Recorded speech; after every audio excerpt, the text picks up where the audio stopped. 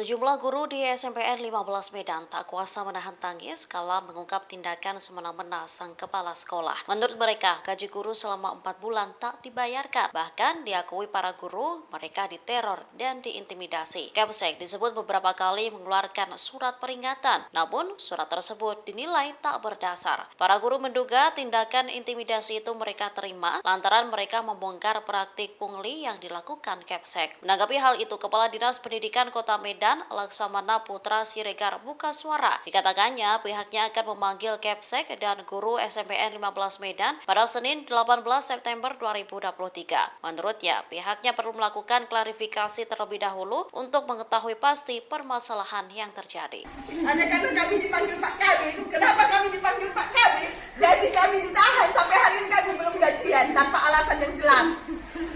Dibilang gaji birokrasi, padahal tidak. Itu karena 8 orang kami dipanggil.